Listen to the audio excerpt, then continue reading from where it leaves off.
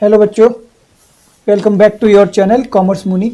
आज हम स्टार्ट करने वाले हैं अकाउंटिंग की जितनी भी बेसिक थ्योरी होती है, चाहे आपको क्लास 11th के लिए काम आएगी, चाहे आप बीकॉम कर रहे हो या बीबीए वगैरह कर रहे हो, तो हर जगह आपको अकाउंटिंग थ्योरी हमेशा, या चाहे आप कहीं पे इंटरव्यू देने जा रहे हो तो अकाउंटिंग थ्योरी आपकी हमेशा से ही काम आती है।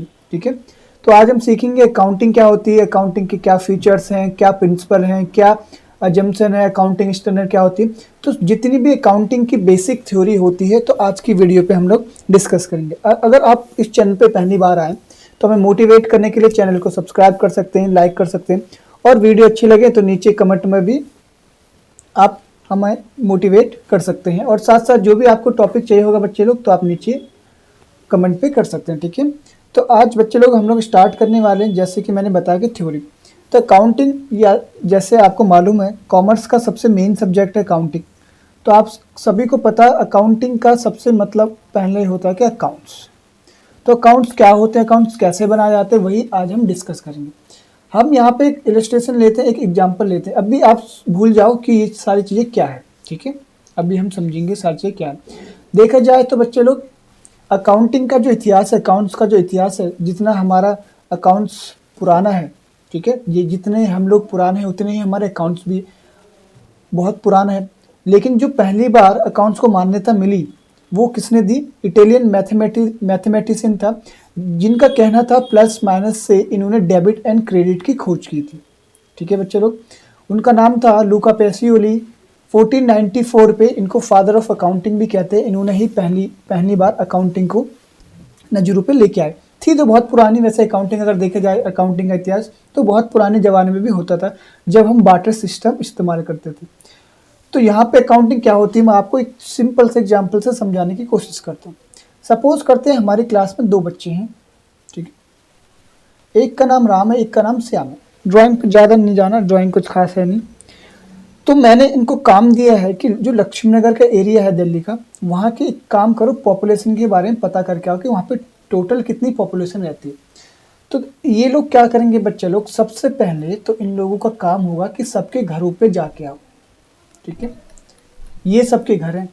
आई नो ये थोड़ी झोपड़ी जैसे आपको लग रही होगी, ठीक है, ड्राइंग उतनी अच्छी नहीं है मेरी, तो आप समझ सकते हो एग्जाम्पल। तो ये क्या करेंगे बच्चे लोग, सबसे पहले तो जाएंगे और सबके घरों पे जाके क्या करेंगे ये लोग, इन्फॉर्मेशन को कलेक्ट करने वाले हैं। ठीक है, कलेक्ट करने के बाद क्या करेंगे, सबसे पहले सबके घर में गए, इन्फॉर्मेशन को कलेक्ट किया, फिर कलेक्ट हो गया तो क्या करते हैं, नेक्स्ट स्टेप बच्चे लोग, कलेक्ट करके नेक्स्ट स्टेप क्या होगा कि जो भी इन्होंने इन्फॉर्मेशन कलेक्ट की है उस इन्फॉर्मेशन को क्या करेंगे, रिकॉर्ड करें।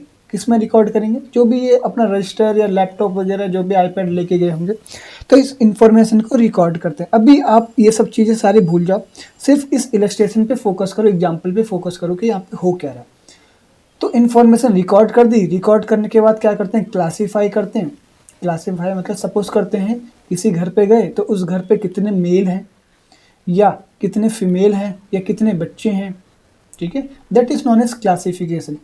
उसके बाद नेक्स्ट स्टेप क्या आता है बच्चे कि इन्फॉर्मेशन को क्या कर सके, समराइज कर सके। जैसे मैंने बताया इनके पास पर्टिकुलर जगह होगी, चाहे तो रजिस्टर हो चाहे तो आईपैड हो, तो ये चाहेंगे कि इन्फॉर्मेशन को क्या करेंगे, समराइज करें। ठीक, छोटा करें, जितना छोटा एंड क्रिस्प एंड क्लियर हो सकता है उतना करने की कोशिश करेंगे। तो सारी चीज़ें हो गई है, तो लास्ट में क्या करते हैं, इस इंफॉर्मेशन को क्या करेंगे, कम्युनिकेट करेंगे। कम्युनिकेट मतलब किस, बताना। किसको बताएंगे, मैंने इन लोगों को भेजा है तो ये मुझे बताएंगे कि क्या क्या सर, क्या लक्ष्मी नगर की पॉपुलेशन है, क्या उनके मेल एंड क्या फीमेल है, ये मुझे बताएंगे। तो सबसे आखिरी स्टेप क्या होता है, कम्युनिकेट करना, बताना जो भी आपने चीज़ें की है। तो that is known as accounting. तो अकाउंटिंग भी यही है, बिल्कुल बिल्कुल बच्चे लोग, अकाउंटिंग भी यही है, जहाँ पे हम लोग क्या करते हैं, जहाँ पे हम लोग जो भी हमारे पास इंफॉर्मेशन होती है, बस यहाँ पे एक नई हमारे इलस्ट्रेशन में और अकाउंटिंग में एक ही डिफरेंस क्या है कि अकाउंटिंग पे सिर्फ कौन सी ट्रांजेक्शन आती है, फाइनेंशियल इंफॉर्मेशन, जो किससे रिलेटेड हो बच्चे लोग, फाइनेंस से, जिसमें मनी का इन्वॉल्वमेंट है। अभी एक हम प्रिंसिपल ही पढ़ेंगे, मनी मेजरमेंट प्रिंसिपल के बारे में, जो कहता है कि only those transaction are recorded which either are money term और can be converted in money term. ठीक है, तो अकाउंटिंग क्या है हमारी, अकाउंटिंग एक प्रोसेस है। ठीक है, accounting is the process of what, collecting, recording, classifying, summarising and communicating. कौन सी इंफॉर्मेशन बताई थी मैंने? Financial information. अच्छा, कम्युनिकेट किसको करना है? यूजर्स को। ठीक है, यूजर्स मतलब जो अकाउंटिंग इंफॉर्मेशन को यूज करते हैं अपने पर्सनल ऑब्जेक्टिव के लिए, that is known as users. Users भी पढ़ेंगे, बहुत इंपॉर्टेंट टॉपिक है। तो आपको क्या समझ में आया अकाउंटिंग क्या है बच्चे लोग? अकाउंटिंग इज एन प्रोसेस जहाँ पे क्या होता है? कलेक्टिंग होती है, रिकॉर्डिंग होती है, क्लासीफाइंग होती है, summarising and communicate financial information to users. तो मोटा मोटा आपको समझ में आया होगा कि यहाँ पे जो भी फाइनेंशियल चीज़ें होती हैं, ठीक है, फाइनेंशियल इंफॉर्मेशन होती है, उनको कलेक्ट करके रिकॉर्ड किया जाता है, जिसको जनरेटिस कहते हैं, फिर क्लासीफाई जिसको लेजर कहते हैं, फिर समराइज करते हैं, फिर कम्युनिकेट करते हैं, लास्ट में फाइनेंशियल स्टेटमेंट बनाते हैं जिसको कि आप बैलेंस शीट वगैरह के नाम से पढ़ेंगे आगे आने वाले हमारी वीडियो में, या आप आगे आने वाले अपने 11th क्लास में या आगे अकाउंट में पढ़ेंगे। तो मोटा मोटा देखा जाए तो अकाउंटिंग क्या है? एक प्रोसेस है। तो हमने यहाँ पे एक सबसे इम्पोर्टेंट टॉपिक पढ़ा, कौन सा? यूजर्स। अब यूजर्स भी हमारे बच्चे लोग दो तरीके के होते हैं। तो आपको मोटा मोटा समझ में आ गया होगा कि अकाउंटिंग होती क्या, अकाउंट्स क्या होते हैं। ठीक है, तो नेक्स्ट है हमारे पास कैरेक्टरिस्टिक ऑफ अकाउंटिंग, कि अकाउंटिंग के कैरेक्टरिस्टिक क्या है, अकाउंटिंग के फीचर्स क्या है। सबसे पहले जैसे कि मैंने बताया, identifying financial transaction and event. सबसे पहला ही क्या होता है कि क्या करो, आइडेंटिफाई करो कि कौन सी ट्रांजेक्शन फाइनेंशियल है और कौन सी ट्रांजेक्शन फाइनेंशियल नहीं है, क्योंकि फाइनेंशियल ट्रांजेक्शन को रिकॉर्ड करते हैं और नॉन फाइनेंशियल ट्रांजेक्शन को रिकॉर्ड नहीं करते। ओके, तो सबसे फीचर्स पहला ये हो गया। Next, measuring then identified transaction. Measure करो, सपोज करते हैं 100 बैग्स ऑफ सीमेंट से मेजर इन मनी टर्म, तो उनको क्या करना है? मनी की टर्म पे कन्वर्ट करना है, जो भी हमारी चीज़ें होंगी। ओके, रिकॉर्डिंग जैसे हमने पढ़ा, रिकॉर्डिंग करना है, क्लासीफाइंग करना, समराइजिंग करना, analysing and interpretation and communicating. तो यही जो हमने, अगर आप देखोगे मोटा मोटा जो हमने पढ़ी थी अकाउंटिंग की डेफिनेशन, ठीक है, जो अकाउंटिंग की हमने पढ़ी थी मीनिंग, वही अगर हम देखें तो वही हमारे क्या है यहाँ पे फीचर्स हैं। ओके बच्चे लोग, समझ में आ रहा होगा आपको मोटा मोटा कि अकाउंटिंग क्या होती है। फिर उसके बाद हमारे पास एक जो सबसे बड़ा सवाल आता है, वो अक्सर पूछा जाता है कि अकाउंटिंग इज एन आर्ट और साइंस, दो चीज़ें होती हैं हमारे पास। तो पहले तो हम ये समझते हैं कि आर्ट क्या होती है और साइंस क्या होती है। देखो आर्ट क्या होता है? आर्ट होती है एक टेक्निक, ठीक है। आर्ट का मतलब क्या होता है? सिंपल, अभी भूल जाओ कि हम अकाउंट्स पढ़ रहे हैं। अभी अगर हम सिंपल से हमसे कोई पूछे कि आर्ट क्या होती है, तो आर्ट होती है बच्चे लोग एक technique which help us to achieve our desire objective, जिससे कि हम अपना डिजायर ऑब्जेक्टिव अचीव करते हैं।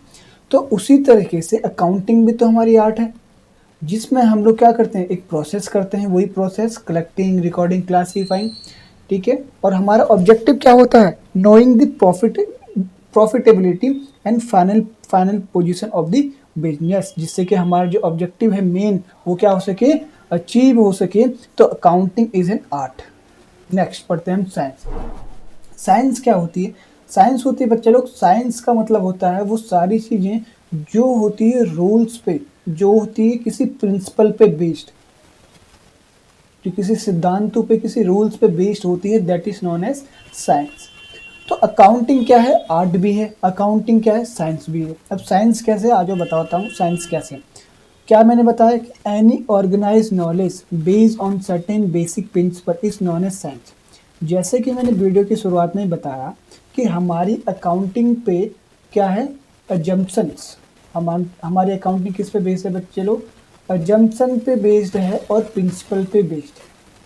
कुछ सिद्धांत और कुछ प्रिंसिपल भी हैं हमारे अकाउंटिंग पे।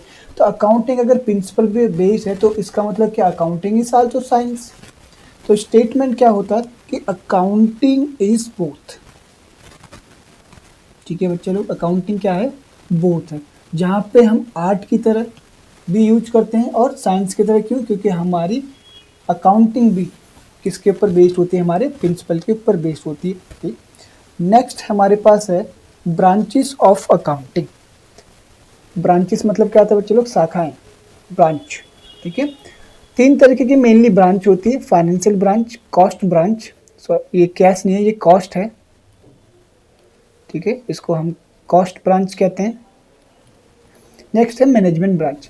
जैसे ही नाम से ही है, कॉस्ट ब्रांच का मतलब क्या होता है, जो हम कॉस्ट ऑफ प्रोडक्ट से रिलेटेड सारी की सारी चीज़ें कहाँ पे लिखते हैं, हम लोग कॉस्ट ब्रांच पे लिखते हैं। आगे जब आप थोड़े से बड़े हो जाओगे तो आप जब कॉलेज में जाओगे तो आप पढ़ोगे अलग अलग तरीके से, मैनेजमेंट अकाउंटिंग अलग पढ़ोगे, कॉस्ट अलग पढ़ोगे, एफएम अलग पढ़ोगे, फाइनेंशियल अलग पढ़ोगे, कॉस्ट एफएम अलग पढ़ोगे, मैनेजमेंट अलग पढ़ोगे। तो सारी की सारी अकाउंटिंग हमारी डिफ्रेंशिएट हो जाती हैं बाद में।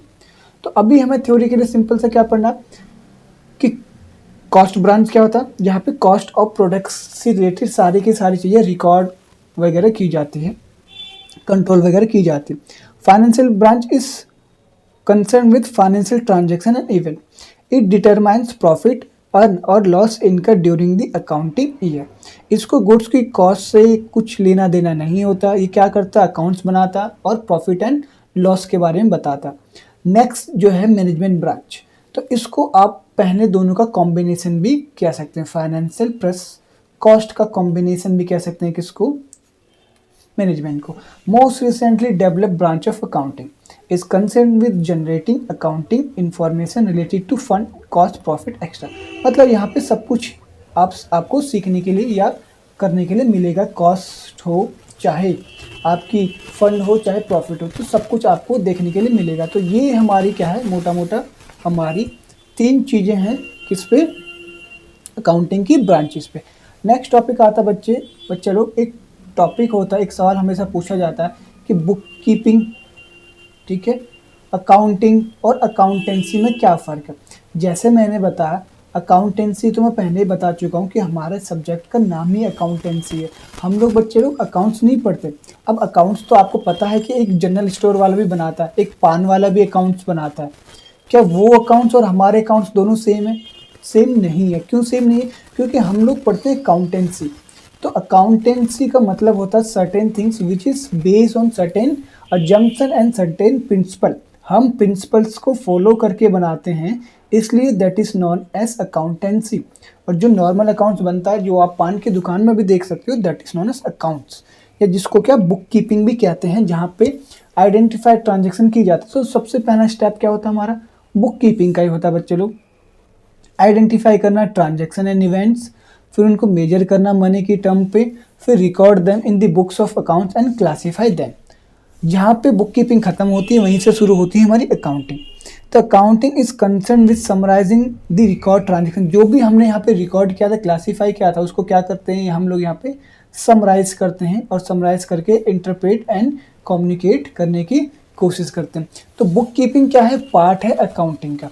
और अकाउंटिंग तो मैं समझा चुका हूँ क्या, अकाउंटेंसी तो समझा चुका हूँ क्या होता है। Accountancy is a systematic knowledge of accounting. It explains how to deal with various aspects of accounting. It educates how to maintain the books of account. जैसे मैंने बताया कि हम लोगों को ये सिखाया जाता है कि कैसे बुक्स ऑफ अकाउंट बनाए जाते हैं, कैसे रूल्स, कैसे प्रिंसिपल को फॉलो करके आप अकाउंट्स बना सकते हैं। That is known as accountancy. तो हम लोग अकाउंट्स नहीं पढ़ते हैं, हम लोग पढ़ते हैं अकाउंटेंसी। ठीक है, हमारे सब्जेक्ट का नाम क्या है, अकाउंटेंसी। समझ में आ गया अकाउंटेंसी क्यों बोलते हैं, क्योंकि हम लोग यहाँ पे सिस्टमेटिक नॉलेज ले रहे हैं, सिस्टमेटिक तरीके से रूल्स एंड रेगुलेशन को फॉलो करके अकाउंट्स बना रहे हैं। ठीक, नेक्स्ट है बच्चे लोग ऑब्जेक्टिव ऑफ अकाउंटिंग, कि अकाउंटिंग की क्या ऑब्जेक्टिव है, क्यों अकाउंटिंग हम लोग बना रहे हैं। सबसे पहले तो मैंने जैसे बताया कि हम लोग ट्रांजेक्शन को रिकॉर्ड करते हैं, record of financial transaction and event. Record करना है तो अकाउंट्स तो बनाना पड़ेगा। ठीक, नेक्स्ट है डिटरमाइन प्रॉफिट एंड लॉस। अगर आप अकाउंट्स नहीं बनाएंगे तो प्रॉफिट एंड लॉस नहीं मालूम चलेगा आपको।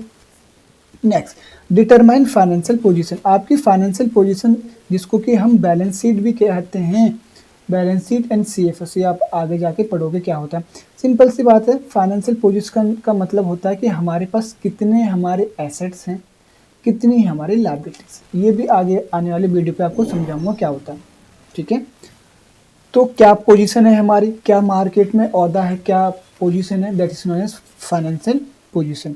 नेक्स्ट टॉपिक है बच्चे लोग हम लोगों के पास communicating accounting information to users. जैसे मैंने बताया कि हमारा क्या मेन ऑब्जेक्टिव है कि हमारी जो भी हमने अकाउंट्स बनाया उसको क्या करें, कम्युनिकेट करें किसको, यूजर्स के साथ। लास्ट पॉइंट है प्रोटेक्टिंग बिजनेस एसेट्स। अगर आप अकाउंट्स बनाओगे तो आपके जो भी एसेट्स हैं वो क्या होंगे, प्रोटेक्ट होंगे। जैसे नीचे एग्जांपल मैंने क्या लिखा है कि कंपनी के पास सपोज करते हैं इतनी सारी चीज़ें हैं, अगर वो सिस्टमेटिक तरीके से रिकॉर्ड नहीं करेंगे तो उन लोगों को मालूम ही नहीं चलेगा कि उनकी कौन सी चीज़ कहाँ चलेगी। सपोज करते हैं कोई उनका एम्प्लॉय है, एक्स कार लेके चला गया या कुछ लेके चला गया या ऑफिस के ही इक्विपमेंट को यूज़ कर रहा है घर के लिए, तो उन लोगों को मालूम नहीं चल पाएगा, जिससे कि उनके एसेट्स का मिसयूज़ होगा। तो यही ये पॉइंट कहता है कि अगर आप अकाउंट बनाएंगे तो आपका क्या होगा, बिजनेस एसेट्स प्रोटेक्ट होगा। तो यहाँ तक तो आप लोगों को समझ में आ गया होगा। कोई भी दिक्कत है तो आप पूछ सकते हैं नीचे कमेंट पे। और अगर कोई भी आपको ऑफलाइन या ऑनलाइन क्लासेस के बारे में पूछना तो आप व्हाट्सअप कर सकते हैं नीचे दिए गए इस नंबर पे।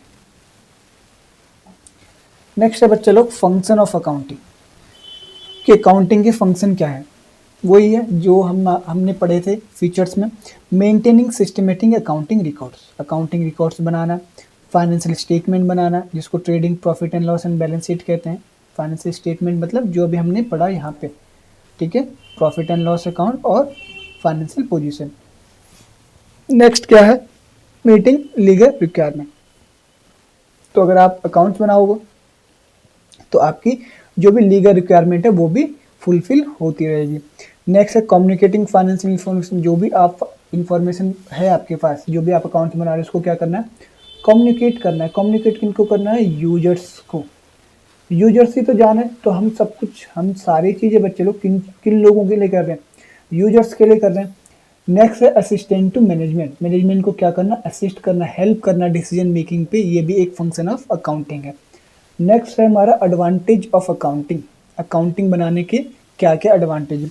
ये सवाल थोड़ा सा इंपॉर्टेंट हो जाता है, एडवांटेज एंड डिसएडवांटेज, कि अकाउंटिंग के एडवांटेज क्या है, अकाउंटिंग के डिसएडवांटेज क्या है। ये थोड़ा सा देखो बच्चे लोग, हो सकता है वीडियो थोड़ी सी लंबी बने, लेकिन टॉपिक सारे इंपॉर्टेंट है। सारे मैं कोशिश करूँगा कि एक ही वीडियो के अंदर अंदर सारी की सारी जितनी भी थ्योरी हमारी वो कवर करने की कोशिश करूँ।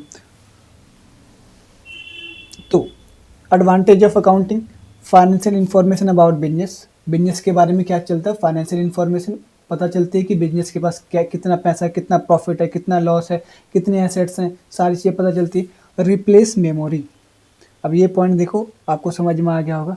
अगर आप अकाउंट्स बनाते हैं तो आपको याद रखने की कोई भी ज़रूरत नहीं है। क्या लिखा है, use of machines instead of human mind.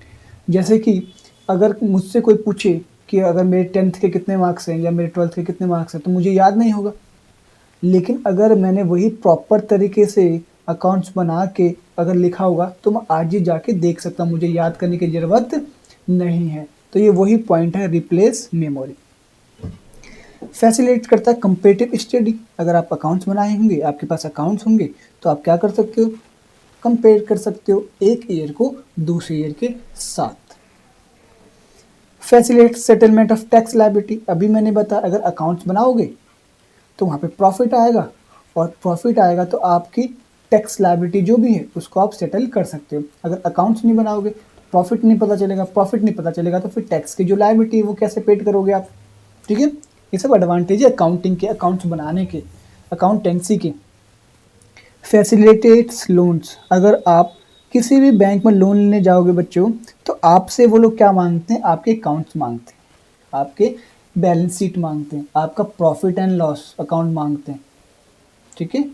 तो ये हम कहाँ बनाते हैं, सारी चीज़ें हम अकाउंट्स में तो बनाते हैं। Next, evidence in court. Simple सी बात है, अगर कोई भी चीज़ आपके पास रिटर्न फॉर्म में होगी तो वो क्या होगा, अच्छा खासा एविडेंस बनेगा कोर्ट पे, ठीक है। नेक्स्ट बच्चे लोग, नेक्स्ट जो है बड़ा ही इंपॉर्टेंट है, ठीक है। नेक्स्ट आप देख रहे हो लिमिटेशन बहुत ज़्यादा पूछी जाती है पेपर में, कि अकाउंटिंग की क्या लिमिटेशन है, क्या कमियां हैं। सबसे पहले तो कमी यही है कि accounting is not fully exact. हम सभी लोगों को पता है कि कोई भी चीज़ 100% तो सच नहीं हो सकती या बराबर नहीं हो सकती। जैसे कि अभी हम ना अकाउंटिंग में बच्चे लोग बहुत सारे एस्टिमेट्स करते हैं, बहुत सारी चीज़ें हम निकालते हैं एस्टिमेट्स के बेसिस पे, ठीक है। अभी हम सीखेंगे, जब हम फाइनल अकाउंट बनाएंगे तो हमारे पास जो भी डेटर होते हैं या उनका जो प्रोविज़न निकालना होता है, अभी आपको समझ में नहीं आएगा क्या होता है, ठीक है। तो अभी सिंपल सा आप ये समझ लो कि हम लोग अकाउंटिंग करते समय बहुत सारी चीज़ें एस्टिमेट करके चलते हैं। तो जब एस्टिमेट करते हैं तो कोई भी चीज़ 100% सही नहीं हो सकती, ठीक है। Next, accounting does not indicate the realisable value. Accounting करते समय हमें कभी भी रिलायजेबल वैल्यू मालूम नहीं चलती। हमें कौन सी वैल्यू पता चलती है? सिर्फ रिलायजेबल वैल्यू का मतलब था सेल वैल्यू। हमें सिर्फ एक प्रिंसिपल है, हमें सिर्फ कॉस्ट या हिस्टोरिकल कॉस्ट के बारे में मालूम चलता है। हिस्टोरिकल कॉस्ट के बारे में मालूम चलता है, ठीक है। रिलायजेबल वैल्यू कभी भी नहीं दिखाते हम लोग बैलेंस शीट में। नेक्स्ट बच्चे लोग, ये बहुत इंपॉर्टेंट है, accounting ignores the qualitative elements. Accounting ignores करती क्वालिटेटिव एलिमेंट। सपोज करते हैं ये है हमारी एम्प्लॉय है हमारा मिस्टर एक्स, तो इसकी वजह से सपोज करते हैं हमें 1 करोड़ रुपए का फायदा हुआ, इसने बहुत बढ़िया डील दिला रखी, ठीक है। तो अकाउंटिंग कहता है, अकाउंट्स कहता है कि हमें इससे कोई लेना देना नहीं है। हम तो क्या करेंगे, जो भी आपकी क्वालिटी है उस क्वालिटी को क्या करेंगे, इग्नोर करेंगे। तो ये वही है, accounting ignores qualitative elements, quality of manager, quality of employ, सबको क्या करता है, ये इग्नोर करता है। Accounting ignores the effect of price level changes. जैसे मैंने बताया कि अगर आपने कोई एसेट्स लिया है, सपोज करते हैं 1 लाख रुपए का, अब मार्केट में उसकी वैल्यू हो सकती है या तो 2 लाख रुपए हो, या हो सकता है 50,000 रुपये है। तो अकाउंटिंग क्या कहता है, या तो 2 लाख हो सकती है, या तो 50 लाख हो सकती है, या तो बढ़ेगी या तो कम होगी। तो अकाउंटिंग कहता है कि हमको इससे कोई लेना देना नहीं है, हम तो किससे ही रिलेटेड होंगे, सिर्फ हमारी ओरिजिनल कॉस्ट जो थी, ठीक है। नेक्स्ट बच्चे लोग, अकाउंटिंग में लीड टू विंडो ड्रेसिंग। जैसे ये मैं क्लास में समझाता हूँ, ये विराट कोहली और अनुष्का शर्मा वाला। अभी इतना समय है नहीं, इस वीडियो काफ़ी लंबी हो जाएगी, आपको मैं यहाँ पे मोटा मोटा समझा देता हूँ कि इसका क्या मतलब होता है। विंडो ड्रेसिंग का मतलब आप वैसे तो समझ गए होंगे। विंडो ड्रेसिंग का मतलब होता है कि ओनली विंडो ही ड्रेस कर रखी है, मतलब बाहर से लिपा पोता कर रखी है, बाहर से ही चीज़ों को सही कर रखा है और अंदर से चीज़ें क्या हैं, खराब है। तो इसी तरीके से हमारी अकाउंटिंग भी क्या होती है बच्चे लोग, मैनिपुलेशन हो जाती है, ठीक है। विंडो ड्रेसिंग का मतलब होता है मैनिपुलेशन। आई होप आप समझ गए होंगे। फिर से मैं आपको दोहराता हूँ कि विंडो ड्रेसिंग का मतलब क्या होता है, मैनिपुलेट कर देना। कि बाहर से तो देख के घर काफ़ी सुंदर लग रहा है, लेकिन अगर अंदर जाके आप देखोगे तो बहुत सारी कमियां दिखेंगी, बहुत सारी लीकेज दिखेंगी आपको। तो वैसे ही हमारे अकाउंट्स भी क्या होते हैं, बाहर से तो सही दिख रहे होते हैं, लेकिन अंदर बहुत सारा झोलमाल होता है, तो that is known as window dressing. तो ये थी हमारे अकाउंटिंग की लिमिटेशन। नेक्स्ट है बच्चे लोग, बहुत ही इंपॉर्टेंट टॉपिक क्या है, यूजर्स ऑफ अकाउंटिंग। अकाउंटिंग के यूजर्स कौन है? यूजर्स का मतलब कौन होता है, जो अकाउंटिंग इन्फॉर्मेशन को यूज करते हैं अपने पर्सनल ऑब्जेक्टिव के लिए।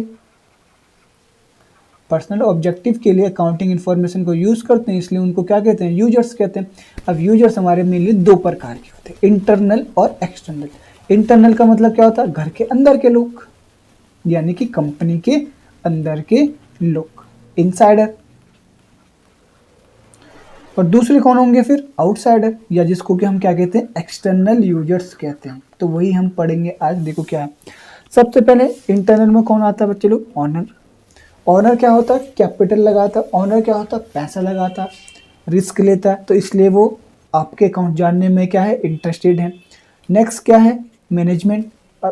अकाउंट्स कौन बनाता है, मैनेजमेंट बनाता है, इसलिए उनको अकाउंटिंग इन्फॉर्मेशन या अकाउंटिंग रिकॉर्ड्स की ज़रूरत होती है डिसीजन मेकिंग वगैरह के लिए। एम्प्लॉय एंड वर्कर, सिंपल सी बात है, अगर आप किसी भी कंपनी में सपोज करते हैं, आप जियो में काम करने जाओगे या अगर आप किंगफिशर में काम करने जाओगे, तो बहुत सारी ऐसी कंपनीज है जो कि लॉस में चल रही। अगर लॉस में चल रही तो आपकी सैलरी ही नहीं दे पाएंगे, और बोनस तो दूर की बात है। अगर आप बोनस मांगने जाओगे तो बॉस तो मारेगा आपको जूते, बोलिएगा कि कंपनी को तो लॉस हो रहा और आप मांग रहे हैं बोनस। तो ये सारी चीज़ें देखने के लिए आपको क्या चाहिए बच्चे लोग, आपको चाहिए अकाउंटिंग इन्फॉर्मेशन, या जिनको कि आप क्या कह सकते हैं शॉर्ट में अकाउंट चाहिए। तो आपको समझ में आ गया ये इंटरनल लोग क्यों इंटरेस्टेड हैं आपके अकाउंटिंग में। नेक्स्ट हम बात करते हैं बाहर वालों के बारे में, जैसे कि क्या, मामा मौसी हमारे रिजल्ट जानने बहुत इच्छुक होते हैं, वैसे ही मामा मौसी वगैरह वगैरह बुआ वगैरह बहुत इंटरेस्टेड होते हैं हमारे रिजल्ट्स जानने में। वैसे ही बाहर वाले लोग इंटरेस्टेड है हमारे अकाउंट जानने में। कौन कौन से लोग हैं? Bank and financial institution. Simple सी बात है, बैंक हमें क्या प्रोवाइड करती है? लोन प्रोवाइड करती है। और लोन तो कोई कटोरा लेके ऐसे दे नहीं देगी। तो लोन अगर कोई भी कंपनी देती है, कोई भी बैंक देती है, तो क्या करती है? हमारे अकाउंट्स को चेक करती है, हमारी क्षमता, हमारी कैपेबिलिटी को चेक करती है हमारे अकाउंट से कि वापस कर पाएंगे या नहीं कर पाएंगे। आगे कौन है? इन्वेस्टर। इन्वेस्टर क्या होते हैं? फर्म या कंपनी में पैसा लगाते हैं। Investor and potential. पोटेंशियल मतलब जो भी लगाने वाले हैं पैसे, रिस्क लेते हैं, ठीक है, और इनके पास कोई डायरेक्ट कंट्रोल तो है नहीं कंपनी में, तो ये क्या चेक करते हैं? अकाउंट से चेक करते हैं। आपने सुना होगा ना कि कंपनी में पैसा इन्वेस्ट करते हैं या शेयर मार्केट में पैसा इन्वेस्ट करते हैं, ठीक है। वैसे हम लोग शेयर मार्केट भी पढ़ाते हैं। हमारे अलग से एक चैनल है जिसका नाम है मार्केट मुनि, जहाँ पे मैं अपने 6 से 7 साल का जो भी एक्सपीरियंस है मार्केट से रिलेटेड, स्टॉक मार्केट से रिलेटेड, वो सारी चीज़ें मैं शेयर करता हूँ लोगों को फ्री में, और उनकी क्लासेस भी देता हूँ। नेक्स्ट है क्रिएटर। क्रिएटर कौन होते हैं बच्चे लोग? जो लोग हमें, क्रिएटर होते हैं वो लोग जो हमें क्या करते हैं? उधार में सामान देते हैं। जो लोग हमें उधार में सामान देते हैं, जो लोग हमें क्रेडिट में सामान देते हैं, that is known as creditors. तो कोई भी अगर आपको उधार में सामान देगा तो आपकी क्या चेक करेगा? वो आपकी क्षमता चेक करेगा, ठीक है, आपकी कैपेबिलिटीज चेक करेगा कि आप वापस कर पाओगे या नहीं कर पाओगे। तो उसी को जांचने के लिए क्या करते हैं ये लोग? अकाउंट्स मंगाते हैं, ठीक है। नेक्स्ट है गवर्नमेंट एंड अथॉरिटीज़। इनका भी अपना पर्सनल वो है। गवर्नमेंट्स क्या करती है? टैक्स लगाती है, टैक्स इम्पोज करती है, ठीक है। टैक्स आपने सही दिया है या नहीं दिया उसको जांचने के लिए क्या करते हैं? अकाउंट्स आपके मंगाएगी गवर्नमेंट, अगर उनको गलत लगेगा तो। नेक्स्ट है कंज्यूमर। कंज्यूमर का मतलब होता है हम लोग जो कंज्यूम करते हैं किसी भी प्रोडक्ट को या किसी भी गुड्स को। तो हम लोग के लिए भी डिफरेंट डिफरेंट नीड्स होती हैं। कंपनी के बारे में पता करना, कंपनी क्या यूज़ करती है, इन कंपनी की क्या परफॉर्मेंस है, वो सब जानने के लिए हम कंपनी के अकाउंट्स को यूज़ करते हैं। नेक्स्ट जो हमारे पास टॉपिक है, इम्पॉर्टेंट टॉपिक, जिसको कि हम क्वालिटेटिव रेलेवेंस या qualitative characteristic feature of accounting कहते हैं, जिसको कि हम नोट करते हैं RUC। आर का मतलब क्या होता है? रिलायबिलिटी, कि अकाउंट्स कैसे होने चाहिए जिसमें कि आप भरोसा कर सकें, रिलायबल कर सकें। It means it free from material error. Material का मतलब होता है इंपॉर्टेंट। अकाउंटिंग में जितने भी इंपॉर्टेंट एरर्स हैं या बाइस हैं, भेदभाव, वो नहीं होनी चाहिए। कैसे होना चाहिए? रिलायबल होना चाहिए, जिस पे भरोसा कर सके। रेलेवेंस मतलब जितना ज़रूरी हो उतना ही होना चाहिए, जितना कि यूजर्स को डिसीजन मेकिंग पे हेल्प करे उतना ही होना चाहिए, बाकी नहीं होना चाहिए। नेक्स्ट बच्चे लोग क्या है? अंडरस्टैंडेबिलिटी। ऐसी भाषा में लिखा हो कि जो सबको अंडरस्टैंडेबल हो। अब पता चला है आप इंडिया में हो और आपने चाइनीज़ भाषा लिख दी या जापानीज़ भाषा लिख दी तो कोई किसी को भी समझ में नहीं आएंगे अकाउंट्स। नेक्स्ट है कंपेरेटिविटी। हम उसको क्या कर सके? कंपेयर कर सकें, ठीक है। जैसे मैंने अभी भी बताया था, कंपेयर कर सके एक ईयर को दूसरे ईयर से या एक कंपनी को दूसरी कंपनी से। तो इसको हम क्या कहते हैं? इंट्राफर्म या इंट्राफर्म। इंट्राफर्म कंपैरिजन क्या होता है? जब आप खुद को ही खुद से कंपेयर करते हैं। जैसे 2016 और 2017 की परफॉर्मेंस को अगर आप चेक करोगे अपनी, तो that is known as intrafirm, ठीक है बच्चे लोग। नेक्स्ट है हमारे इंटरफर्म। जब आप खुद को सपोज करते हैं किसी और से कंपेयर करेंगे, आपने सपोज करते हैं राहुल से कंपेयर किया खुद को, तो that is known as inter firm comparison. जब एक कंपनी या एक फर्म दूसरे फर्म से कंपेयर करते हैं खुद को, खुद का परफॉर्मेंस, तो that is known as inter firm comparison. Next बच्चे लोग हमारी कुछ नॉलेज की चीज़ें हैं। जैसे कि मैंने क्या बताया कि हमारी अकाउंटिंग अगर आप देखोगे तो कौन से प्रिंसिपल पे बेस है? Double entry system. Double entry system क्या कहता है कि each and every transaction has at least 2 aspect. जैसे हर एक सिक्के के 2 पहलू होते हैं, वैसे ही हमारी अकाउंटिंग के 2 पहलू होते हैं। एक को कहते हैं डेबिट, एक को कहते हैं क्रेडिट। ये आने वाले वीडियोस या लेक्चर पे हम लोग सीखेंगे, ठीक है। जैसे आप अगर कोक लेने जाओगे, कोक तो आएगी लेकिन जाएगा क्या? पैसा। तो यहाँ पे एक ही ट्रांजेक्शन में 2 चीज़ें अफेक्ट हुई, कोक आया और पैसा चला गया। नेक्स्ट कुछ एक्स्ट्रा नॉलेज की चीज़ें हैं। कि debit word drive from the Italian word debito, credit word is drive from Italian word credito, और Luca Pacioli is the father of accounting. Accounting first comes in notice in 1494। इसकी हम बात कर चुके हैं। अब हम कुछ टॉपिक जो हैं हमारे चैप्टर नंबर 2 में जो है बात करेंगे कुछ पर्टिकुलर टॉपिक्स के बारे में, जैसे कुछ इंपॉर्टेंट टॉपिक्स के बारे में हम लोग डिस्कस करेंगे। सबसे पहले हमारे पास है कैपिटल, कि कैपिटल क्या होती है। अब हम अकाउंट्स पढ़ने जा रहे हैं तो आपको ये सारी की सारी टर्म्स क्या होनी चाहिए, याद होनी चाहिए। सबसे टर्म क्या है बच्चे लोग, कैपिटल। तो कैपिटल क्या होता है, जब कभी भी ऑनर अपनी फर्म में या अपनी कंपनी में या तो पैसा लेके आता है या पैसे की जगह कोई एसेट्स लेके आता है। एसेट्स सपोज कर तो कोई कार, कोई फर्नीचर, कोई मशीन लेके आता है, तो उसको हम कहते हैं कैपिटल। ठीक है, तो डेफिनेशन क्या है, इनिशियल कंट्रीब्यूशन, शुरुआती contribution by the proprietor. Initial contribution by the proprietor, proprietor means owner या फिर partner in the business and includes additional capital, या तो फिर से एडिशनल कैपिटल लेके आए, इज नोन एज कैपिटल। ठीक है, आई होप आपको समझ में आ गया होगा। सिंपल सा है कि जो भी ऑनर लेके आता है, चाहे कैश हो चाहे एसेट्स हो फर्म पे शुरुआती समय पे या बाद में, that is known as capital. Next क्या है, ड्राइंग। अच्छा, ये ड्राइंग वो वाली ड्राइंग नहीं है, ये ड्राइंग का मतलब होता है विड्रॉन करने वाली ड्राइंग, निकालना, पैसे निकालना। क्या कहता है, anything withdrawn bye the proprietor. Proprietor मतलब ऑनर, एनीथिंग मतलब कुछ भी, चाहे कैश हो चाहे एसेट्स हो, फॉर देयर पर्सनल यूज। अगर कोई भी ऑनर बिजनेस से कुछ भी लेके जाता है अपने पर्सनल यूज के लिए, तो उसको हम लोग क्या कहते हैं बच्चे लोग, ड्राइंग कहते हैं। कुछ भी मतलब क्या हो सकता है, तो कैश लेके जा सकता है या स्टेशनरी यूज़ कर सकता है बिजनेस की, या फिर कोई बिजनेस के एसेट्स यूज़ कर सकता है अपने पर्सनल यूज के लिए। यहाँ पे मेन क्या है, पर्सनल यूज के लिए कर रहा हो, तो that is known as drawing. Next क्या बच्चे लोग, लायबिलिटीज। ये हमारी डेफिनेशन जो हमारे अकाउंट्स है, जो हमारी बैलेंस शीट है, उसके मेन दो पहिए हैं, क्या लायबिलिटीज और दूसरा पहिया क्या, एसेट्स।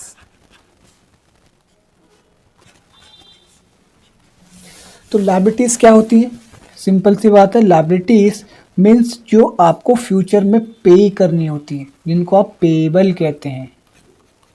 तो it means the amount owed by the business in the future. जो फ्यूचर में पे करना होता है फर्म को, बिजनेस को, उसको हम लोग क्या कहते हैं बच्चे लोग, लायबिलिटीज कहते हैं। ठीक है, अब वैसे तो दो तरह की लायबिलिटीज होती हैं, कौन कौन सी, करंट लायबिलिटीज और non current liabilities. Current liabilities कौन सी होती है, जो लायबिलिटीज आप 12 महीने के अंदर अंदर पेड कर देते हैं, दैट इज नोन एज, 12 महीने के अंदर अंदर पेड कर दोगे लायबिलिटीज, तो उसको हम कहते हैं करंट लायबिलिटीज। और जिसको 12 महीने के बाद, नॉन करंट लायबिलिटीज क्या होती है, जो कि 12 महीने से ज़्यादा लेती है। ठीक है, जिसको कि आप यहाँ पे थोड़ा सा एरो का वो हो गया एरर, आप 12 महीने के अंदर अंदर पेड कर दोगे तो that is known as current liabilities, और अगर 12 महीने से ज़्यादा लग रहे हैं तो that is known as non current liabilities. ठीक है, नेक्स्ट बच्चे लोग, इसी में ही अगर आप टाइप्स देखें इसके, तो दो टाइप्स निकल जाते हैं, एक को इंटरनल लायबिलिटीज कहते हैं, एक एक्सटर्नल लायबिलिटीज कहते हैं। जो ऑनर, अभी मैंने बताया, जो ऑनर कैपिटल लेके आता फर्म पे, तो वो कैपिटल आज नहीं तो कल क्या करनी पड़ती है, वापस करनी पड़ती है। तो अगर वापस करनी पड़ती हैं कोई चीज़ें, तो आप उसको क्या कहते हैं, लायबिलिटीज कहते हैं। तो ये क्या हो गई हमारी इंटरनल लायबिलिटीज। और आउटसाइडर, जो हम बाहर वालों से पैसे लेते हैं, जैसे कि अभी हमने पढ़ा था, किससे पैसे हम लेते हैं, क्रिएटर से पैसे लेते हैं, बैंक से लोन लेते हैं, ये सारी की सारी कौन सी लायबिलिटीज होगी, हमारी आउटसाइडर लायबिलिटीज होगी। आई होप आपको समझ में आ रहा होगा। कोई भी डाउट हो, कोई भी दिक्कत हो, आप नीचे कमेंट में पूछ सकते हैं हमसे आसानी से। नेक्स्ट टॉपिक हम बात करते हैं जो इंपॉर्टेंट है हमारा, एसेट्स के बारे में। हाँ जी बच्चे लोग, एसेट्स ये मेन है, आपको डेफिनेशन भी आनी चाहिए। सिंपल सी डेफिनेशन अगर मैं बताऊं, बुक में आपको दिखने के लिए मिलेगी अलग से। अगर मैं आपको एक लाइन पे बताऊं, anything which gives future benefit, वो सारी की सारी चीज़ें जो आपको या तो करंट पे या फिर आपको फ्यूचर में बेनिफिट दे। अब बेनिफिट वो किसी भी तरीके से होता है, या तो आपको सर्विस दे या फिर आपको कुछ मॉनेटरी दे। कुछ भी तरीके की आपको सुविधाएं दे रही हैं, और जिनके ऊपर बच्चे लोग सबसे इंपॉर्टेंट चीज़ क्या है, जिनके ऊपर आपका कंट्रोल है। अगर आपका किसी चीज़ के ऊपर कंट्रोल ही नहीं है तो आप उसको अपने एसेट्स नहीं बोल सकते। तो एसेट्स क्या होती है? Anything which gives future benefit and in which we have an full control. वो सारी चीज़ें जो बेनिफिट भी दें फ्यूचर में या करंट पे, और जिनके ऊपर हमारा क्या हो, कंट्रोल भी हो। कंट्रोल वाली चीज़ें बहुत इंपॉर्टेंट है। अगर मेरी गाड़ी है, गाड़ी क्या कर रही है, मेरी कार, मेरी फर्नीचर मुझे क्या सारे बेनिफिट दे रहे हैं, लेकिन अगर वो मेरी मर्जी के बिना ही सुबह उठ के कहीं चले जाएं, मेरा कोई कंट्रोल ही ना हो, तो वो मेरे एसेट्स नहीं है। तो वो सारी चीज़ें जिनके ऊपर कोई कंट्रोल नहीं है लेकिन आपको सर्विसेज दे रही हैं, that is known as assets. वो आपके एसेट्स नहीं है, that does not your asset. तो एसेट्स क्या है? जिनके ऊपर बेनिफिट भी है, जिनसे बेनिफिट भी है, और जिनके ऊपर आपका पूरा का पूरा कंट्रोल भी है। अब एसेट्स के भी टाइप्स होते हैं हमारे पास। सबसे पहले आप करंट एसेट्स पढ़ लेते हैं। फिर से वही करंट एसेट्स बिल्कुल करंट लायबिलिटीज की तरह ही है। वो सारे एसेट्स जिनको आप 1 साल के अंदर अंदर या तो कैश में कन्वर्ट कर लोगे, या आपको 1 साल के अंदर अंदर क्या कर लोगे, उसकी जो भी सुविधाएं हैं आप उसको क्या कर लोगे, यूज कर लोगे। जैसे सी current asset are those assets which are held by the business with the purpose of converting them into cash within. ठीक है, जैसे क्या हो गया हमारे स्टॉक। स्टॉक मतलब सामान। सामान अगर हमारी दुकान में है तो हम 1 साल तक क्या रखेंगे उसको, 1 साल तक दुकान में ना थोड़े रखेंगे, हम उसको क्या कर देंगे, सोल्ड आउट कर देंगे। सोल्ड आउट करके क्या करेंगे, कैश में कन्वर्ट करेंगे। जैसे क्या डेटर। डेटर कौन होते हैं, जिनको कि हम उधार में कोई सामान बेचते हैं, दैट इज नोन एज हमारे डेटर। जैसे हमने पढ़ा था क्रेडिटर, जिनको हम पेमेंट करते हैं फ्यूचर में, और डेटर क्या होते हैं, जिनको कि हम सामान क्रेडिट में देते हैं, उनसे फ्यूचर में पैसे मिलते हैं हमें। तो करंट एसेट सिंपल सा है। फिक्टिशियस एसेट्स, वैसे तो अब कंपनीज एक्ट 2013 के बाद फिक्टिशियस एसेट्स नाम की कोई चीज़ नहीं होती। क्यों नहीं होती मैं बताता हूँ आपको, आपके सिलेबस में है फिर भी ये। दूसरी चीज़ है बच्चे नॉन करेंट एसेट्स। तो नॉन करेंट एसेट्स क्या होते हैं, वो एसेट्स जिनको कि आप बिजनेस में लेके आते हैं विद द पर्पस ऑफ, क्या पर्पस होता है उनका, नॉट रिसेल। तो पर्पस क्या होता है, इन्वेस्टमेंट पर्पस, फैसिलिटी पर्पस, या बिजनेस हो। सपोज करते हैं मैं कोचिंग सेंटर चला रहा हूँ, तो अगर मैं इस कोचिंग सेंटर पे बच्चे लोग एसी लेके आऊँ या फर्नीचर लेके आऊँ, टेबल लेके आऊँ, तो ये सारी की सारी मेरे लिए क्या है, नॉन करंट एसेट्स है। क्यों? क्योंकि मेरा मकसद क्या है कि इन एसेट्स को पहली बात तो 1 साल से ज़्यादा रखना, और इनको क्या करना, बिजनेस में यूज़ करना है। ठीक है, बिजनेस के जितने भी ऑपरेशन होंगे, जितने भी कोचिंग के ऑपरेशन होंगे, उनमें क्या करना है, यूज करना। तो दैट इज नॉन एज हमारे नॉन करंट एसेट। तो NCA non current assets are those assets which are held by business not with the purpose of resale. मैंने क्या बोला, जिनका पर्पस नहीं है रिसेल का। ठीक है, क्या पर्पस है फिर, held other as the investment, या तो इन्वेस्टमेंट होंगे या फैसिलिटी बिजनेस ऑपरेशन। ठीक है बच्चे लोग, आई होप आपको समझ में आ गया होगा कि करंट एसेट्स जिनको कि आप लोग कैश में कन्वर्ट करने की कोशिश करते हैं विद इन अ 12 मंथ। दूसरा नॉन करंट, जिसको कि आप हेल्ड करते हैं, बिजनेस में लेके आते हैं with the purpose of business operation. अब नॉन करंट के भी हमारे पार्ट्स होते हैं, फिक्स एसेट्स, ठीक है, which is held by the purpose to increase earning capacity. ठीक है, अर्निंग कैपेसिटी, जैसे मैंने बताया कि कोचिंग में एसी लेके आऊँगा, फर्नीचर लेके आऊँगा, बिजनेस में यूज करूँगा, तो इससे मेरी अर्निंग कैपेसिटी बढ़ेगी। अब फिक्स एसेट्स हमारे 2 प्रकार के होते हैं, एक होता है टेंजिबल और एक होता है हमारा इंटेंजिबल। सिंपल सा टेंजिबल का मतलब होता है जिसको कि आप टच कर सकते हैं, जिसको छू सकते हैं, जिसको फील कर सकते हैं, जिसका कोई ना कोई फिजिकल एग्जिस्टेंस होता है, that is known as tangible assets. तो tangible assets are those assets which have physical existence. जैसे क्या है, ये बिल्डिंग है, मशीनरी है, कंप्यूटर है, फर्नीचर है, सबको टच भी कर सकते हैं, सबका कोई ना कोई फिजिकल एग्जिस्टेंस है। फिजिकल एग्जिस्टेंस मतलब अगर आप उसको रखोगे तो उसका कोई ना कोई आकार है, कोई ना कोई शेप है, that is known as physical existence. तो इंटेंजिबल क्या हो जाएगा, जस्ट अपोजिट। इंटेंजिबल क्या हो जाएगा बच्चे लोग, जस्ट अपोजिट, जिसको ना तो टच कर सकते हैं, ना तो कोई उसका फिजिकल एग्जिस्टेंस है, लेकिन तब भी वो क्या है, एसेट्स है। ऐसी कौन कौन सी चीज़ें होती हैं, सबसे पहले आपने सुना होगा रेपुटेशन, या जिसको हम लोग कहते हैं अकाउंटिंग टर्म पे गुडविल। किसी की रेपुटेशन कितनी अच्छी है उसकी वजह से भी आप, जैसे कि अगर आप देखते बच्चे लोग, एक समोसा आप 10 रुपये का ले रहे होते हो कोने की दुकान से, और अगर आप अच्छी जगह से वही समोसा खाते हो तो 50 रुपये का मिलता है। तो ये जो डिफरेंस है, एक जगह आप 10 रुपये दे रहे हो, एक जगह 50 रुपये दे रहे हो, 40 रुपये एक्स्ट्रा दे रहे हो, क्यों दे रहे हो? उसकी गुडविल की वजह से दे रहे हैं भाई। ऐसा तो है नहीं कि वो 50 रुपये में कुछ सोना चांदी बेच रहा होगा उसके अंदर डाल के, ऐसा तो नहीं है ना। तो आप क्यों दे रहे हो ये एक्स्ट्रा 5 उसकी गुडविल की वजह से, उसकी रेपुटेशन की वजह से। तो उसकी गुडविल की वजह से उसको क्या हो रहा है, फ़ायदा हो रहा है। तो वही फ़ायदा क्या है हमारा, गुडविल या इंटेंजिबल एसेट्स। जैसे आप देखोगे कुछ ट्रेडमार्क होते हैं, जैसे नाइकी, आपको मालूम है नाइकी का ये क्या है, ट्रेडमार्क है। ये क्या है उनके लिए, उनका इंटेंजिबल एसेट्स है। ये कंप्यूटर सॉफ्टवेयर, अगर हम लोग पीसी यूज करते हैं तो वहाँ पे हम लोग कौन सा सॉफ्टवेयर यूज करते हैं, या तो विंडो करते हैं, या अगर एप्पल का कुछ चला रहे हो तो आईओएस कर रहे होते हैं। तो ये सारी क्या है, इनका कोई फिजिकल एक्सटेंशन नहीं है, लेकिन तब भी क्या करें, फर्म को बेनिफिट दे रही है, तो that is known as intangible assets.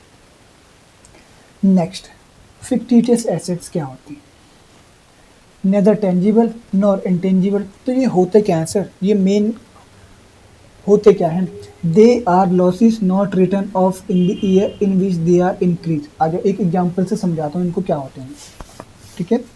Suppose करते हैं सलमान खान है, सलमान खान सर हैं, सबको मालूम ही होगा कितने बड़े एक्टर हैं।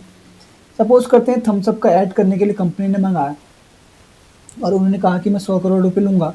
तो आपको मालूम होना चाहिए कि जो ये जितना भी पैसा हमारा खर्च होता है, जो आपको जितनी भी कोक की बोतल मिलती है या पेप्सी वगैरह की बोतल मिलती है 80-90 रुपए की, मैं हमेशा बोलता हूँ उनको कॉस्ट, उसकी उनकी कॉस्ट कितनी होती है अगर आपको मालूम होना चाहिए, तो 1 से 5 रुपए की जो एक्चुअल कॉस्ट होती है उनको बनाने की इतनी आती है सिर्फ। तो 5 रुपए की चीज़, 10 रुपए की चीज़ 80 रुपए की कैसे हो जाती है, क्योंकि हमारा खर्चा कहाँ पे हो जाता है, एडवर्टाइजमेंट करने पे, ठीक है। हमारा खर्चा कहाँ पे हो जाता है, एडवर्टीजमेंट पे बहुत ज़्यादा खर्च हो जाता है। तो सपोज़ करते हैं बच्चे लोग, इस साल हमारा एडवर्टीजमेंट में खर्चा हो गया 10,000 करोड़, हो जाता है बहुत ही सिंपल। टीवी में ऐड देना है, ऐड वाले अलग से पैसे लेंगे, ये अलग से पैसे लेंगे, जितनी बार टीवी में ऐड दिखाओगे अलग से चार्जेस लेंगे। और इस साल हमारा प्रॉफिट हुआ सिर्फ 1,000 करोड़, और एक्सपेंस कितना दिख रहा है आपको, 10,000 करोड़। तो हमारी कंपनी का लॉस कितना आएगा, 9,000 करोड़। अगर आप अपनी कंपनी का लॉस दिखा दोगे 9,000 करोड़, तो कोई भी इन्वेस्टर, बताओ मुझे, कोई भी इन्वेस्टर क्या आपकी कंपनी में इन्वेस्ट करेगा पैसा, नहीं करेगा सर। तो इससे बचने के लिए कंपनी लोग क्या करते हैं, इस लॉस को एक ही बार में नहीं लिखते। तो सर लॉस को एक ही बार में नहीं लिखते का मतलब क्या, कि लॉस कितना था सर, 9,000 करोड़। तो कंपनी वाले इसको क्या करते हैं, 10 साल में डिवाइड कर देते हैं।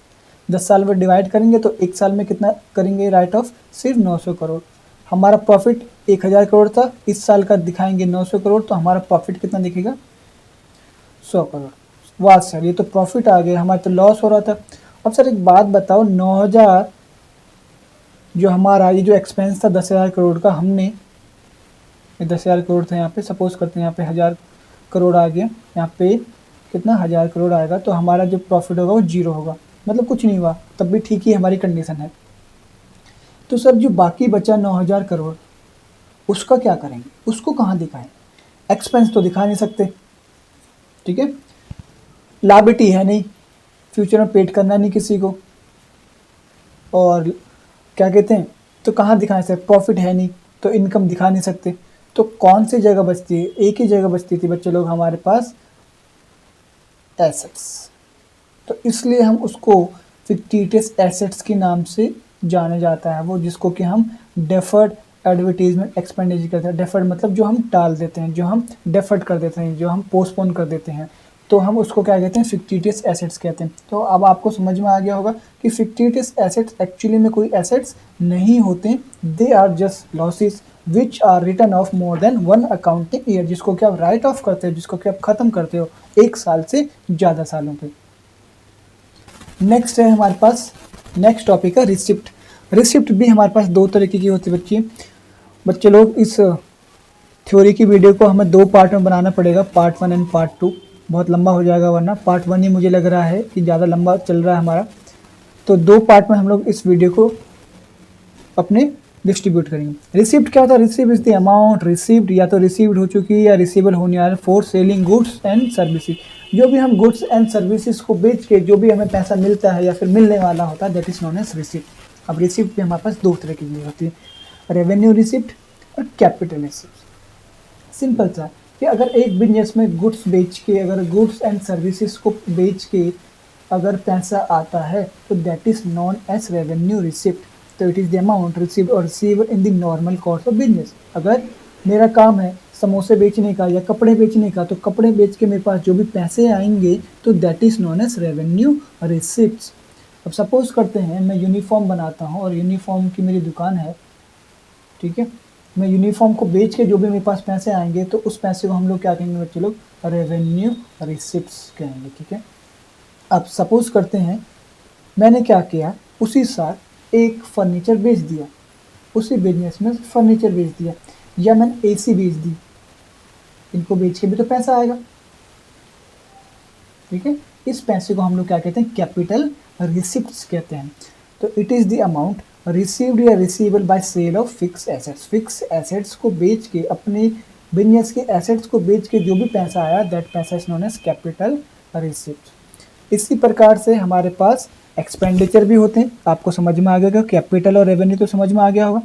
रेवेन्यू एक्सपेंडिचर क्या, जो हमारे डेली लाइफ में क्या होता है, डेली बिजनेस में यूज़ होते हैं, जैसे कि आप पेड करते हैं रेंट, इलेक्ट्रिसिटी बिल, ये हमारे क्या हो गए, रेवेन्यू रिसिप्ट। और इसी का उल्टा क्या, कैपिटल एक्सपेंडिचर, सॉरी क्या है, रेवेन्यू एक्सपेंडिचर, जो हमारे बिजनेस को चलाने पे खर्च होते हैं, जैसे सैलरी देनी पड़ेगी, रेंट देना पड़ेगा, इलेक्ट्रिसिटी देना पड़ेगा।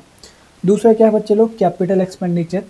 कैपिटल एक्सपेंडिचर क्या होता है, जब भी फर्म फिक्स एसेट्स को परचेज करती है उसमें जो खर्चा होता है, जैसे आपने फर्नीचर परचेज कर लिया या बिल्डिंग परचेज कर ली, तो ये भी तो खर्चा ही है, तो इस खर्चे को क्या कहते हैं, कैपिटल एक्सपेंडिचर कहते हैं। और डेफर्ड रेवेन्यू एक्सपेंडिचर तो अभी मैं बता चुका हूँ सलमान खान वाले एग्जाम्पल से, होते हैं ये रेवेन्यू नेचर के, लेकिन एक ही साल पे आप इसको राइट ऑफ नहीं कर सकते क्योंकि बहुत ज़्यादा होते हैं, तो इसलिए हम इसको क्या करते हैं, एक से ज़्यादा सालों पे डेफर्ड कर देते हैं, टाल देते हैं एक तरीके से, ठीक है बच्चे लोग। नेक्स्ट है, जैसे कि अभी हम बात कर रहे थे ट्रेड रिसीवेबल के बारे में, वैसे ही ट्रेड पेबल भी हमारी होती है, दो चीज़ें, ठीक है। अभी हम क्या पढ़ते हैं, ट्रेड रिसीवेबल के बारे में। ट्रेड रिसीवेबल क्या होता है, जो रिसीवेबल का मतलब होता है मिलने वाला है फ्यूचर में पैसा। The amount receivable for sale of goods. अभी मैंने बताया जब हम गुड्स बेचते हैं, या तो हम गुड्स बेचते हैं तो हमें पास आता कैश, अगर हम गुड्स उधार में बेचते हैं तो उसको हम कहते हैं क्रेडिट। और जब भी हम क्रेडिट में किसी को सामान बेचते हैं बच्चे लोग, तो उसको हम लोग एक टर्म कहते हैं अकाउंटिंग में, जिसको कहते हैं डेटर। बी यहाँ पे साइलेंट है, क्या कहते हैं उसको हम, डेटर। और उसी डेटर पे अगर हमें ज़्यादा भरोसा नहीं है तो उस डेटर के ऊपर हम एक बिल